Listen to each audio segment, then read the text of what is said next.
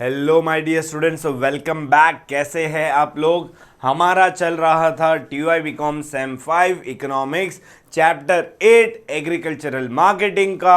आज है लेक्चर 2। तो let's begin with marketing forms introduced by government. क्या क्या रिफॉर्म्स गवर्नमेंट ने इंट्रोड्यूस किए थे मार्केटिंग को लेके for agriculture in the post independence period. तो दोस्तों अगर बात की जाए इंडिपेंडेंस के पीरियड की, तो इंडिपेंडेंस के टाइम पे तो इंडियन एग्रीकल्चर का बहुत हाल थोड़ा बेहाल था।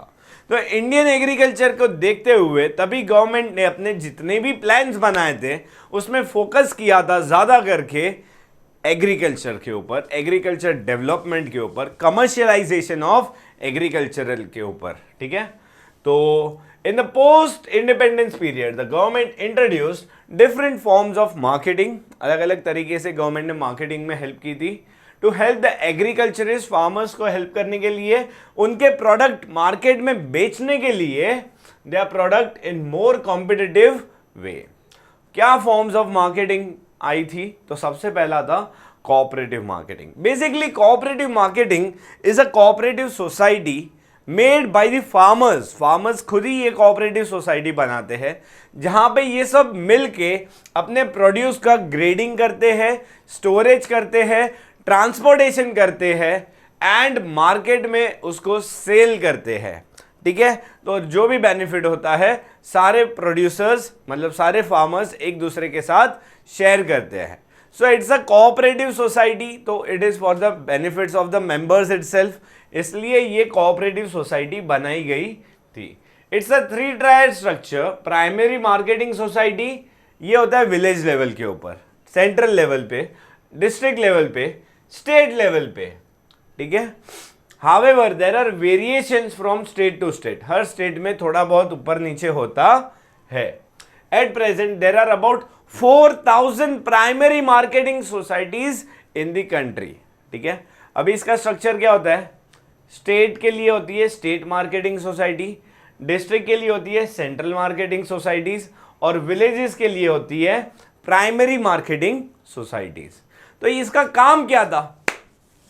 तो cooperative marketing societies takes place in the following manner. First, farmers members जो होते हैं, उसके फार्मर्स जो होते हैं ये एग्री करते हैं कि उनके पास जितना भी सरप्लस है वो सब मार्केटिंग कोऑपरेटिव सोसाइटी को बेच दिया जाएगा। Members get an advance from the society on their agricultural activities and also to meet other needs. मतलब वो उनको पहले ही हार्वेस्ट होने से पहले ही उनको एडवांस पैसा दे दिया जाता है। तो देखो कितना बड़ा फायदा हो जाता है। अगर फार्मर्स को पहले ही पैसे मिल रहे तो क्या उनको डिस्ट्रेस सेल करने की जरूरत पड़ेगी? क्या उनको वेयर हाउसिंग के बारे में सोचना पड़ेगा? क्या उनको ट्रांसपोर्टेशन के बारे में सोचना पड़ेगा? कोई चीज के बारे में सोचने की जरूरत नहीं है। तो सोसाइटी कलेक्ट्स, फिर क्या करती है? भाई ये लोग पैसे तो आपको दे रहे हैं, उसके बाद हम आपके पास से प्रोड्यूस ले लेंगे। आपको ट्रांसपोर्टेशन, आपको ग्रेडिंग, आपको स्टोरेज की कोई टेंशन लेने की जरूरत नहीं है। ठीक है, the society collects the produce of the members and even from non member से भी लेती है। जिनको बेचना है भाई आ जाओ, ठीक है, उनको थोड़ा बेनिफिट कम मिलता है लेकिन उनसे भी ले लेती है। ठीक है, सोसाइटी की कोऑपरेटिव सोसाइटी फायदा करने बैठी है ना, मेंबर्स का ज्यादा फायदा करेंगे, बाहर वालों का थोड़ा कम फायदा करेंगे। तो कितना मजे की चीज है ना। The society collects the produce of members even from non members who are willing to sell their produce to the society. उसके बाद सोसाइटी प्रोसेसेस द प्रोड्यूस, उसको ग्रेडिंग के लिए प्रोसेस करता है, ग्रेड करता है एंड देन जो भी है डिस्पोजेस ऑफ, मतलब बेच देता है, भाई फेंक नहीं दे रहा है, बेच देता है। ठीक है, in the market at a time when the prices are considered to be appropriate. मतलब जब उसको अच्छा प्राइस मिल रहा है तब अच्छे प्राइस पे वो बेच देता है एंड बाद में मेंबर्स को बैलेंस मनी जो बाकी है वो दे दिया जाता है। By performing the above functions the cooperative marketing societies save the farmers from exploitation. देखो उनको बेचारों को प्राइस नहीं पता तो उनको कम प्राइस देते थे वो मिडलमैन। ठीक है, अननेसेसरी मिडलमैन के जो उनका पैसा चला जाता था उससे बचा दिया, फार्मर्स को अच्छा प्राइस दिला दिया एंड बहुत सारी दूसरी जो प्रॉब्लम होती थी, डिस्ट्रेस सेल करते थे, ज़मीन चली जाती थी, ये होता था, सब प्रॉब्लम में से बेचारे छुटकारा हो गया ना। तो कितने फायदे की चीज़ है। ऊपर से उनको वेयर हाउस का टेंशन लेने की ज़रूरत, उनको ट्रांसपोर्टेशन की झंझट, कोई चीज़ की झंझटमारी करने की अभी है नहीं। ठीक है। To provide other services and empower the farmers, cooperative societies like processing, क्या करते थे, प्रोसेस करते थे, उसको स्टोर करके रखते थे, ये सब के लिए अलग से सोसाइटीज बनी। ठीक है। फिर to assist in the task of storage, national development corporation बनाया गया था, जो क्या करता था, प्रोक्योरमेंट डिस्ट्रीब्यूशन, भाई आपसे लेके हम बांट देंगे, हम बेचेंगे, ट्रांसपोर्ट करेंगे, एक्सपोर्ट इंपोर्ट में हेल्प करता था। बहुत जरूरी कि भाई फार्मर्स को अच्छा प्राइस मिल सके, वो लोग अपने गुड्स को इंपोर्ट एक्सपोर्ट कर पाए, उसके लिए ये नेशनल कॉर्पोरेशन, डेवलपमेंट कॉर्पोरेशन बनाया गया था। ठीक है। प्रोडक्ट्स, हाँ ठीक है। उसके बाद national agricultural corporate marketing federation of India, मतलब NAFED बनाया गया था। ठीक है। ये भी एक तरीके से गवर्नमेंट का सोसाइटी, कोऑपरेटिव सोसाइटीज के लिए ही था। ठीक है। ये फेडरेशन था जो मार्केटिंग में हेल्प करता था अपने को। ठीक है। उसके बाद आया रेगुलेटेड मार्केट्स। अभी बहुत इंपॉर्टेंट है कि हम लोग ने कुछ साल पहले देखा था कि गवर्नमेंट ने एक न्यू एग्रीकल्चरल पॉलिसी निकाली थी, जिसमें गवर्नमेंट ने ऐसा कहा था कि मार्केट में जो हम आपको base price, minimum support price देते थे, अब से गवर्नमेंट वो मिनिमम सपोर्ट प्राइस नहीं देने वाली है। तो गवर्नमेंट ने तो अच्छा सोचा था फार्मर्स के बारे में, क्योंकि पहले क्या होता था, सारे फार्मर्स को आके अपने गुड्स, वही APMC मार्केट जो होती है बेसिकली, उसमें ही अपने गुड्स बेचने पड़ रहे थे। तो APMC में क्या होता था, गवर्नमेंट ने मिनिमम सपोर्ट प्राइस दिया ना, तो उसको ये मिडलमैन लोग है ना, चोर लोग, वो लोग बोलते थे ये मैक्सिमम प्राइस है भाई, इससे ज्यादा हम आपको देने वाले नहीं है। तो फार्मर्स को कुछ फायदा नहीं मिल रहा था, रेम्यूनरेटिव प्राइसेस नहीं मिल रहे थे उसकी वजह से। तो फिर क्या हो गया, धीरे धीरे फार्मर्स को अच्छा प्राइस नहीं मिल रहा था। भाई मोदी जी ने सोचा एक काम करते हैं, अपन ये मिनिमम सपोर्ट प्राइस हटा देते हैं। क्या करते हैं, ये मिनिमम सपोर्ट प्राइस हटा देते हैं। तो लोगों को ऐसा लगा, हाइला अभी ये अगर मिनिमम सपोर्ट प्राइस चला जाएगा, गवर्नमेंट अगर ये हमसे APMC भी छीन लेगा, तो प्राइवेट कंपनीज तो जब आएगी तो हमको लूटने लगेगी, हमको ये मिनिमम प्राइसेस भी बाद में मिलने वाला नहीं है। मतलब ये मोदी जी क्या चाहते हैं कि भाई प्राइवेट सेक्टर का फायदा करवा रहे हैं और हम फार्मर्स पे और ज्यादा प्रेशर डालने वाले हैं, ऐसा फार्मर्स को लगने लगा। तो उन लोग ने चालू किया धरना, उन लोग ने दिल्ली के बॉर्डर पे पूरा धरना चालू कर दिया। 2-3 महीने तक बेचारे वहीं पे बैठे रहे, मस्त पिज्जा खा रहे थे, बहुत कुछ खा रहे थे और ऐसा धरना कर रहे थे। लेकिन फिर कोविड आया और गवर्नमेंट ने टेंशन आ गया कि भाई एक तरफ कोविड चल रहा है और दूसरी तरफ बॉर्डर पे ये सब लोग ऐसा चल रहा है, तो इससे अच्छा एक काम करो, हम लोग ने जो एग्रीकल्चरल बिल पास किया था उसको वापस ले लो। और गवर्नमेंट ने क्या किया, वो बिल वापस ले लिया था। लेकिन ये मैंने आपको क्यों बताया कि वो जो रेगुलेटेड मार्केट की बात थी, जहां पे कौन से कमोडिटी का प्राइसेस कितना होगा, ठीक है, कौन से कमोडिटीज प्रोड्यूस होते हैं, सेल होते हैं, क्या एक्सपोर्ट कर सकते हो, इंपोर्ट कर सकते हो, वो सब चीजें it was regulated earlier by government and now also it is being regulated by government only. तो कहीं ना कहीं जब एक्सप्लॉयटेशन आता था तब रेगुलेशन लाना बहुत जरूरी भी था, लेकिन अभी वो रेगुलेशन की वजह से वापस एक्सप्लॉयटेशन हो रहा है, तो अभी वापस उसमें कुछ अपग्रेड करने की जरूरत तो अपने को है। ठीक है। Regulated market is established under statutory law के अंडर बनता है रेगुलेशन। ठीक है, ऐसे नहीं भाई, बिल पास किया गया था ना न्यू एग्रीकल्चरल पॉलिसी का, तो ये भी उसके पहले रेगुलेटेड मार्केट जो है, तो I think so new agriculture policy तभी आया था 55-56, उसके बाद 90s में आया था, तो उसके अंडर आता है। ठीक है। तो regulated market is established under statutory regulation, it is essentially aimed at, क्यों बनाते हैं, तो भाई ऐसा रेगुलेटेड मार्केट क्यों लेके आते हैं वो लोग, तो वो लोग क्या चाहते हैं, प्रोटेक्ट करना चाहते हैं फार्मर्स को। किसको, फार्मर्स को, कंज्यूमर्स को एंड अदर मार्केट फंक्शनरीज को फ्रॉम एक्सप्लॉयटेशन, उनके साथ कोई गलत चीटिंग वाला काम होना नहीं चाहिए। A regulated market is administered by market committee, बनती है मार्केट की एक, ठीक है, जिसको गवर्नमेंट लुक आफ्टर करता है। That is agricultural produce market committee, APMC जो मैंने बोला ना तुम लोग को, एग्रीकल्चरल प्रोड्यूस मार्केट कमिटी होती है, उसके अंडर में ये पूरा मार्केट आता है। विच कंसिस्ट ऑफ रिप्रेजेंटेटिव्स, कहां से होते हैं भाई, स्टेट गवर्नमेंट से होते हैं, लीगल बॉडी मतलब डिस्ट्रिक्ट बोर्ड में से होते हैं, कमीशन एजेंट्स के भी होते हैं, फार्मर्स के भी होते हैं एंड ट्रेडर्स के भी होते हैं, सब मिला के ये एपीएमसी का कमिटी चलाते हैं। अब ये कमिटी करता क्या है, तो एलिमिनेशन ऑफ मैल प्रैक्टिस, किसी भी तरह की चीटिंग होनी चाहिए नहीं, ठीक है, गलत वेट नहीं होना चाहिए, अनऑथोराइज्ड चार्जेस नहीं होने चाहिए, अनऑथोराइज्ड डिडक्शन नहीं होने चाहिए, ग्रेडिंग का बिना कोई भी कॉमोडिटी सेल होना नहीं चाहिए। अभी बेचारे फार्मर्स के पास ग्रेडिंग करने के लिए इनफ टेक्निक्स नहीं होती है, तो वो लोग ग्रेडिंग नहीं कर पाते, तो उनके अच्छे क्वालिटी के गुड्स भी ये लोग खराब क्वालिटी के प्राइस पे ले लेते हैं। तो एपीएमसी मार्केट आपको सब कुछ फैसिलिटी प्रोवाइड करता है, जहां पे आप अपने गुड्स का ग्रेडिंग कर सकते हो एंड वो ग्रेडिंग के हिसाब से आपको अच्छे प्राइसेस मिल सकते हैं, ठीक है, डिले इन पेमेंट भी चलेगा नहीं। तो ये सब चीज के बारे में कौन ध्यान रखता था, तो ये जो मार्केट कमिटी थी ना वो ध्यान रखते थे, ठीक है। फिक्स मार्केट चार्जेस, अगर आपको मार्केट में आके अपना स्टॉल लगाना है, अपना एक शॉप चाहिए, तो उसके मार्केट की जो जगह होती है उसके फिक्स चार्जेस होते थे, ठीक है, कमीशन फिक्स होता था, स्टोरेज के चार्जेस फिक्स होते थे। अदरवाइज पहले क्या होता था, मार्केट के हिसाब से ये लोग प्राइसेस बढ़ा देते थे, तो इसके लिए गवर्नमेंट ने, एपीएमसी ने यहाँ पे फिक्स कर दिया कि भाई इससे कम चार्जेस या इससे ज्यादा चार्जेस नहीं हो सकते, ठीक है। उसके बाद गवर्नमेंट ने ये बहुत ज्यादा इंपॉर्टेंट काम किया, that is called remunerative prices, कि भाई जितना मेहनत कर रहे हो उसके सामने उतना वर्थ इट पैसा तो मिलना ही चाहिए आपको।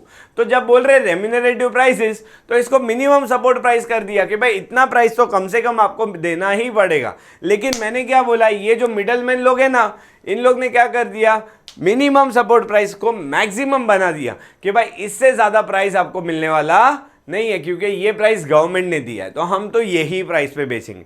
भाई मिनिमम सपोर्ट प्राइस बोला था, इतना तो देना पड़ेगा, इसके ऊपर आप मार्केट देखो, सिचुएशन क्या है, कंडीशन क्या है, उसके हिसाब से आपको प्राइस देना चाहिए, ठीक है। लेकिन ये मिडलमैन लोग ने उसका कुछ और ही बना दिया, ठीक है। फिर आया रिड्रेसिंग, रिड्रेसिंग मतलब सॉल्यूशन प्रोवाइड करना, ग्रीवेंस मतलब कंप्लेन, तो जितनी भी मार्केट में कंप्लेन होती है उसको रिड्रेसल, कंप्लेन प्रोवाइड करने के लिए ये कमेटी बनी थी। फिर प्राइसेस की डिमांड और सप्लाई के हिसाब से सारी इंफॉर्मेशन फार्मर्स को भी होनी चाहिए एंड सेलर को भी होनी चाहिए। ऐसा नहीं होना चाहिए कि बायर एक्सप्लॉयटेशन हो रहा है, या ऐसा भी नहीं होना चाहिए कि सेलर का एक्सप्लॉयटेशन हो रहा है। तो बहुत ज़रूरी होता है कि किसी का यहाँ पे एक्सप्लॉयटेशन ना हो, इसके लिए उनको सारी इंफॉर्मेशन देनी प्राइस के बारे में और बाकी सारी चीज़ों के बारे में ज़रूरी होती है। उसके बाद हम लोग सिक्योर स्टोरेज फैसिलिटी, जहाँ पे आपके गुड्स एकदम सेफ एंड सिक्योर रख सके, तो वो सिक्योर सेफ जो स्टोरेज फैसिलिटी होता है वो भी आपको एपीएमसी रेगुलेटेड मार्केट में रीजनेबल चार्जेस पे, very important is reasonable charge, क्योंकि सारे फार्मर्स अफोर्ड कर सकते नहीं है, इसके लिए रीजनेबल चार्जेस पे आपको वो फैसिलिटी यहाँ पे अवेलेबल हो जाती है। It helps in storage facilities to the farmers to store their produce at a reasonable charge till they get a better remunerative price. जब तक उनको अच्छा प्राइस नहीं मिल जाता तब तक वो लोग स्टोर में एकदम रीजनेबल प्राइस पे भी अपने गुड्स को रख सकते हैं। उसके बाद आता है bringing down the price spread by eliminating the unwanted middle man. जो प्राइस फैला हुआ है ना हद से ज्यादा मिडल मैन की वजह से, उसको नीचे लेके आओ, मिडल मैन को टंग मार के, लत मार के बाहर भगा देना है। अननेसेसरी कमीशन उनको देने की जरूरत नहीं है। At present, there are more than 7,000 regulated markets and about 22,000 periodic markets है, ठीक है, of which 15% function under the ambit of regulation, ठीक है, सिर्फ 15% रेगुलेशन के अंडर अभी भी काम कर रहे हैं। Regular market, regulated market have succeeded, बहुत ज़्यादा इसका बेनिफिट मिला है। अब आता है state trading. State trading is generally जो गवर्नमेंट होता है वो आपको ट्रेडिंग में हेल्प करता है, आपके पास से गुड्स खरीदता है, मार्केट के अंदर जो मोनोपोलिस चल रही है उसको रिस्ट्रिक्ट करने को ट्राई करता है, या मार्केट में किसी भी तरह का जो मैल प्रैक्टिस या मैनिपुलेटिव ट्रेडिंग हो रहा है तो उसको रोकने के लिए गवर्नमेंट इन्वॉल्व होती है उसके अंदर, so that is called as state practice. अब ये स्टेट प्रैक्टिस जो होती है वो एक स्टेट की सरकार से दूसरी स्टेट की सरकार में डिफर करता है। सब लोग अपने अपने स्टेट के हिसाब से अलग अलग सर्विसेज प्रोवाइड करते हैं। It was introduce by central government and also by some state government, ठीक है। तो food corporation in India, Maharashtra state monopoly procurement scheme, कि भाई जिधर भी मोनोपोली चल रहा है ना उधर गवर्नमेंट ने धड़म कर कैसा मारा ना कि भाई मोनोपोली किसी को अलाउड नहीं है, क्योंकि जहाँ पे भी मोनोपोली होता है ना तो उधर कंपलसरी एक्सप्लॉयटेशन होता है, कंज्यूमर्स का भी सेलर्स का भी। तो उसके वजह से मोनोपोली रेस्ट्रिक्ट करने के लिए महाराष्ट्र में सरकार ने ये बना दिया था मोनोपोली रेस्ट्रिक्शन, ठीक है। फिर जूट कॉर्पोरेशन, अपने को पता ही है शुगर केन का तो कितना बड़ा स्कैम होता रहता है इतने सालों से, तो उसके लिए भी गवर्नमेंट ने क्या किया है, कोऑपरेटिव सोसाइटीज़ बना दी है, ठीक है।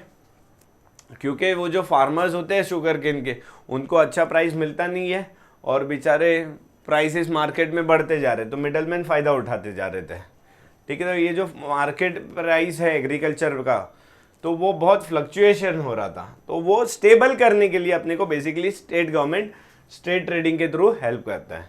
एक मिनिमम प्राइस दे देता है फार्मर्स को while procuring commodities to maintain the buffer stock. अभी क्या करती है गवर्नमेंट को, तो बफर स्टॉक लेना ज़रूरी होता है। हर साल गवर्नमेंट बफर स्टॉक लेता है कि भाई कल जाके अकल दुकल पड़ गया तो आने वाले 2-3 साल तक अपने को फूड ग्रेन्स की कमी पड़नी नहीं चाहिए, इसके लिए गवर्नमेंट बफर स्टॉक रखता है। तो वो हर साल क्या करता है, नया स्टॉक खरीदती है गवर्नमेंट, तो उसके लिए एक मिनिमम सपोर्ट प्राइस देती है गवर्नमेंट सरकार फार्मर्स को कि भाई आपको हम कम से कम इतना प्राइस तो पे करेंगे। तो उससे क्या हो जाएगा, एटलीस्ट लोगों को अपना मिनिमम प्राइस तो मिल जाएगा, ठीक है। Government will make a direct purchases from the farmers at the assured minimum price पे, वो लोग डायरेक्ट परचेज करेंगे, बीच में कोई मिडलमैन होता नहीं है। Production of agricultural commodities fluctuates due to the vagaries of the monsoon. अभी मानसून का हाल थोड़ा बहुत खराब है अपने इधर, ऊपर नीचे होता रहता है, कभी बारिश आता ही नहीं है, कभी बहुत ज़्यादा बारिश आ जाता है, तो उसकी वजह से अपने कमोडिटीज़ का प्राइसेस भी अप एंड डाउन होता रहता है। Demand for this commodities is almost inelastic. अभी वो डिमांड तो उसका इनइलास्टिक ही है, प्राइस कितना भी बढ़ जाए लोग लेने वाले, एग्रीकल्चरल गुड्स के बिना तो हमें चलने वाला है नहीं, खाना पीना थोड़ी हम बंद कर देने वाले हैं। Therefore, any increase in output will lead the drastic decline in the prices। मतलब अगर अचानक से मार्केट में सप्लाई बढ़ गया तो हमारे प्राइसेस कम हो जाने वाले हैं, या मार्केट में अगर सप्लाई कम हो गया तो उसके प्राइसेस ऊपर आ जाने वाले हैं, तो ऐसे फ्लक्चुएशन होता है। Given the almost constant demand it helps the farmer, मतलब डिमांड तो भाई फिक्स ही है, तो कहीं ना कहीं वो तो फार्मर को हेल्प करता है कि वो कम सप्लाई करेगा तो मार्केट में ऑटोमेटिक प्राइसेस बढ़ जाएंगे, ठीक है। To bring farmers out of this situation, the government ensures a minimum support price even when market declines। जब भी मार्केट नीचे भी जाता है तभी भी उसको मिनिमम सपोर्ट प्राइस दिलाने के लिए गवर्नमेंट उसको बेनिफिट फ़ायदा दे रही है कि भाई कंपलसरी आप कुछ भी हो जाए आपको हम इसका बेनिफिट तो मिनिमम सपोर्ट प्राइस तो दिलाएंगे ही दिलाएंगे, ठीक है। उसके बाद आता है measures to improve and modernise the agricultural market. अभी अपने कंट्री का एग्रीकल्चर मार्केट जो है ना उसको इम्प्रूव करने के लिए या उसको मॉडर्नाइज करने के लिए गवर्नमेंट ने क्या क्या स्टार्ट किया। तो सबसे पहले अपन शुरू हो गए मार्केट में इंफ्रास्ट्रक्चर प्रोवाइड करने के लिए, उसके बाद वेयर हाउसिंग, फिर कंस्ट्रक्शन, फिर establishing the regulated market and institutional finance, और सबसे ज़्यादा इधर होता है मार्केट इन्फॉर्मेशन देना। Information is provided mass media के थ्रू, मार्केटिंग सर्विस कंडक्ट करने लग गए हम लोग, ग्रेडिंग एंड स्टैंडर्डाइजेशन करने लग गए, मार्केट की ट्रेनिंग देने लग गए, ठीक है। चलो एक काम करते हैं, पहले इतने पॉइंट्स हम लोग डिटेल में पढ़ते हैं, उसके बाद आगे जाते हैं। यस, कमिंग बैक विथ वही है कि मार्केट इंफ्रास्ट्रक्चर। देखो भाई, मार्केट को मॉडर्नाइज करना है, मार्केट को अगर इम्प्रूव करना है तो हम लोग को मार्केट में इंफ्रास्ट्रक्चर तो बहुत ज़्यादा ज़रूरी होता है। तो इंफ्रास्ट्रक्चर में क्या आता है, तो सबसे पहले आता है ट्रांसपोर्ट फैसिलिटीज़। गुड्स तो प्रोड्यूस हो गए लेकिन उसको लेके जाने के लिए मार्केट तक अगर ट्रांसपोर्ट फैसिलिटीज़ नहीं होगा तो यहाँ पे ही है वो लोग क्या करेंगे, मिडल मैन को जो प्राइस मिला वो प्राइस पे सेल कर देंगे। हम नहीं चाहते भाई वो लोग ऐसा करें, इसके लिए उनको transport facilities, roadways, railways, shipways, airways, ये सब प्रोवाइड करना बहुत ज़रूरी है। They have been quantitative and qualitative changes हो गए भाई। पहले अपन रोडवे, रेलवे से कितना लेके जा सकते थे। आज हम लोग देखेंगे तो अभी मैंने शिप के बारे में पढ़ा कि it is the largest ship India के अंदर है जो सामान लेके जा सकता है। क्या नाम था, विक्रांत के ऐसा कुछ तो नाम था, मैं भूल गया, ठीक है। लेकिन बहुत अच्छा है कि भाई इतना ज़्यादा ट्रांसपोर्टेशन का हमारा क्वांटिटी का हमारा कैपेसिटी अभी बढ़ चुका है। फिर आता है वेयर हाउस फैसिलिटी। अभी जब क्या होता है मार्केट में गुड्स अगर हम स्टोर करके नहीं रख सकते, जब प्राइस कम है और हम लोग स्टोर करके नहीं रख सकते तो जो प्राइस मिल रहा है उस पर बेच देंगे। लेकिन अगर ये storage facility, warehouse facility available हो जाती है फार्मर्स को, तो वो लोग बेचारे अपने वेट करेंगे, स्टोर करके रखेंगे, और फिर मार्केट में जब प्राइस बढ़ेगा तब ज़्यादा प्राइसेस के ऊपर वो लोग सेल कर सकते हैं, बेटर प्राइसेस पे। फिर गांव में रूरल गोडाउन स्टार्ट किए। देखो एग्रीकल्चरल जो प्रोड्यूस होता है वो प्रोड्यूस तो कहाँ होता है, गांव में ही होता है। तो वहीं पे अगर एक वेयर हाउस हमने दे दिया उनको, तो वो लोग वहाँ पे स्टोर करेंगे, मार्केट में जाएंगे, प्राइसेस डिसाइड करेंगे और फिर आके यहाँ से ट्रांसपोर्ट करेंगे।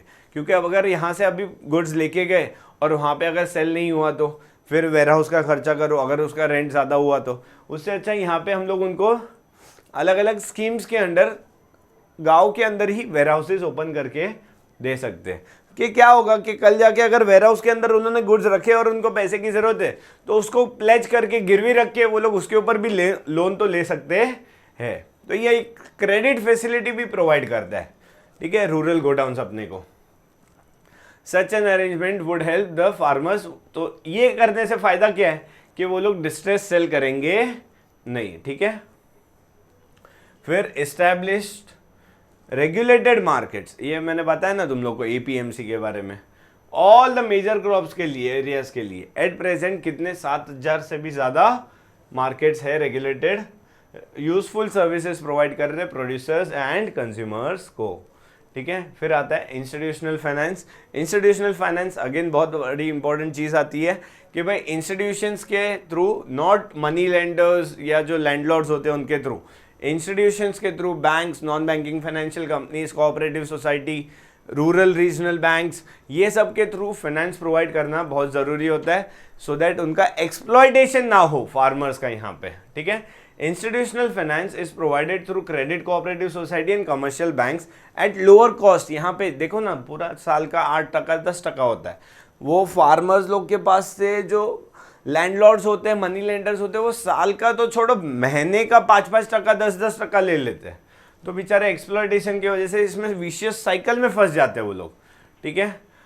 फिर उनको इजी रीपेमेंट के टर्म्स देते हैं, उनको कोई फोर्स नहीं किया जाता है कि भाई अपना माल सस्ते में हमको बेच दो, ऐसा कुछ, ठीक है। नॉन रेम्यूनरेटिव प्राइस पे ऐसा कोई भी तरह का कोई दबाव होता नहीं है, ठीक है।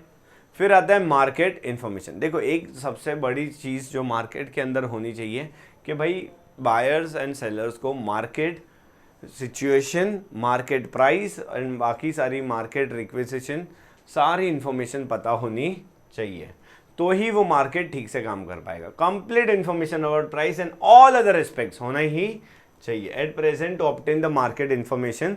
क्या क्या है, information is provided through mass media, ठीक है। उसके लिए अभी बहुत सारे अब तो एप्लीकेशंस तक निकल गए एग्रीकल्चर के लिए कि भाई आप एप्लीकेशन में ही जान सकते हो कि अपने गुड्स के प्राइसेस क्या आ रहे हैं मार्केट के, ठीक है।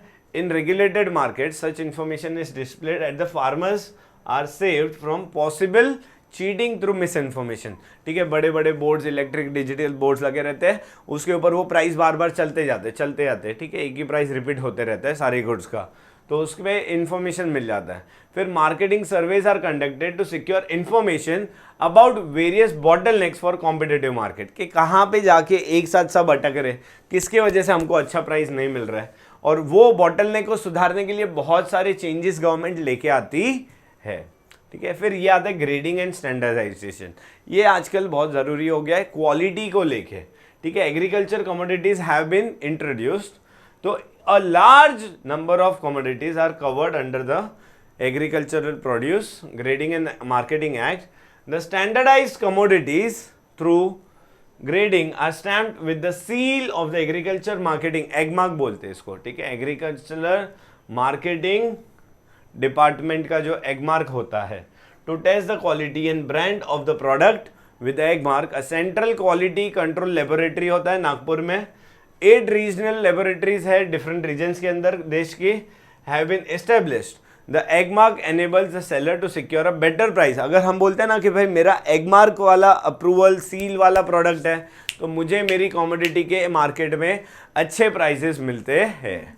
Eight present through electronic media that is radio, TV, mobile phones, farmers can access market information. Continuously मिल सकता है, जो भी चेंजेस हो रहे हैं मार्केट के प्लेसेस के अंदर, मार्केट के प्राइसेस के अंदर, मार्केट के कंडीशंस के अंदर, सब इंफॉर्मेशन उनको वहां से मिल जाता है।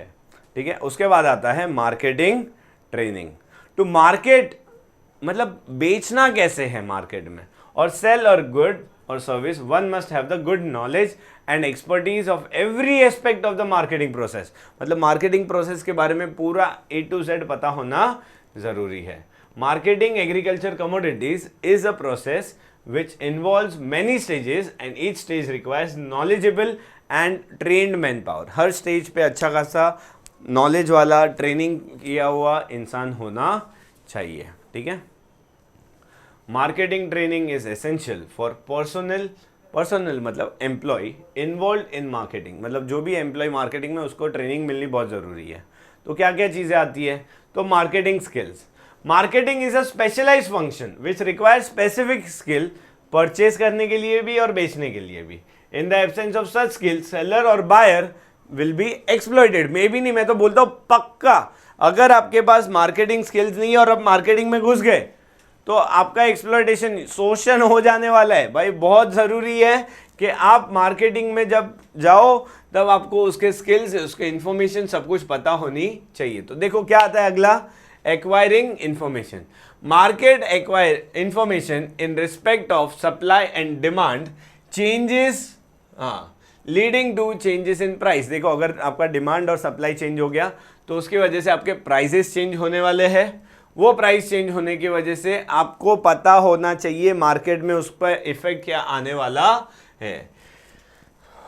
Information of policy measures and other factor affecting prices, export and import of agricultural commodities and changes therein are all acquired by marketing personnel। ये सारे changes उसको marketing personnel को पता होने ज़रूरी है। They are required to be trained from where and how to obtain such information। कहाँ से और कैसे ये सारी information obtain करनी है ये भी पता होना ज़रूरी है। ठीक है, सॉरी, हाँ। फिर आता है licence officer. They are required to have contact with the government offices, leading traders, exporters, importers to acquire all the information connected to marketing, domestic and foreign. ठीक है, मतलब डोमेस्टिक हो या फॉरेन हो, कोई भी चीज़ हो तो उसकी मार्केटिंग के लिए, इंफॉर्मेशन निकालने के लिए जो लाइसेंस ऑफिसर्स होते हैं उनको गवर्नमेंट के साथ अच्छा रिलेशन मेंटेन करके रखना बहुत ज़्यादा ज़रूरी है। ठीक है, रूल्स एंड रेगुलेशंस होते हैं अभी इसके।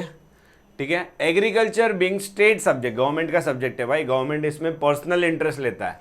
अभी हर स्टेट का खुद का रूल्स होते हैं पेमेंट के, फीस एंड चार्जेस के लिए। Inter state trade as well as export and import have their own conditions to be fulfilled. मतलब आप एक स्टेट से दूसरे स्टेट का भी ट्रेडिंग कर रहे हो तो भी आपको कुछ कंडीशन फुलफिल करनी पड़ेगी। अगर आप एक्सपोर्ट कर रहे हो तो भी आपको कुछ कंडीशन फुलफिल करनी ज़रूरी है। ठीक है, उसके बाद आता है grading and standardisation. Commodities are graded according to their quality. We have the laboratories to establish the quality of agricultural commodities. After grading, the standardized commodities are stamped with the seal of egg mark. The egg mark enables the seller to secure better prices मिलते हैं उससे उनको। ठीक है, on the basis of quality and for the consumer to have a quality product। अगर egg mark लगा है तो कंज्यूमर को भी फ़ायदा, मतलब एक सुकून मिलता है कि एग मार्क मतलब अच्छी क्वालिटी का प्रोडक्ट है। There is need to have trained person to carry out the quality standardization। देखो अभी quality standardization अगर करना है तो उसके लिए trained, जिसको knowledge है वैसा इंसान होना चाहिए। In India we have Charan Singh National Institute of Agricultural Marketing। तो ये क्या करता है, बहुत सारे प्रोग्राम चलाता है। तो teaching, research and consultancy service provide करता है। ये कंडक्ट करता है training courses for the personal involve in agriculture activities, तो उनको ट्रेनिंग प्रोवाइड करता है। Training in better management techniques in the area of agriculture marketing. देखो अभी तो है ना, मैनेजमेंट एग्रीकल्चर मार्केटिंग में भी घुस गया है कि वहाँ पे कौन सी टेक्निक आप अपना सकते हो, कैसे मार्केटिंग कर सकते हो और अच्छे से एग्रीकल्चरल गुड्स का, तो उसको भी ये लोग ने ले लिया है। ठीक है, इसके ऊपर भी प्रोग्राम बनाते हैं। Programmes in agriculture marketing for effective implementation of various marketing facilities जो है, फॉर्मेलिटीज़ जो है, वो कैसे इंप्लीमेंट कर पाए उसके ऊपर भी प्रोग्राम्स बनाते हैं। Agriculture marketing is no more continue to be a barter system, जैसे कोई इंक्लूड किया नहीं है। Indian farmers are getting educated, अब पढ़े लिखे हो रहे हैं, and treat their agriculture activities, अभी उनको कमर्शियलाइज कर दिया है इन लोग ने। Marketing the commodities produce by the farmers requires a special skill, hence training in agriculture marketing is a part and parcel of modernising Indian agriculture. अभी market agriculture ऐसा हो गया है, सिर्फ अपना डे टू डे घर चलाने के लिए नहीं, लेकिन अपने को उसको कमर्शलाइज करना स्टार्ट कर दिया है। अगर आपको एग्रीकल्चरल मार्केटिंग में आगे बढ़ना है, अगर आपको एग्रीकल्चर मार्केटिंग अपने प्रोडक्ट्स का अच्छे से करना है, तो इट इज़ नेसेसरी कि आपको जो स्किल्स दी गई है वो आपके पास हो, एंड वो लाने के लिए गवर्नमेंट मॉडर्नाइजिंग बहुत ज़्यादा, हद से ज़्यादा आगे करती जा रही है। मैं ये आंसर को यहीं पे स्टॉप करना चाहूँगा, आगे का आंसर हम लोग कंटिन्यू करेंगे नेक्स्ट क्लास के अंदर। सो अगर आपको ये वीडियो अच्छी लगी हो तो लाइक करें, शेयर करें एंड सब्सक्राइब करें। Thank you so much my dear student.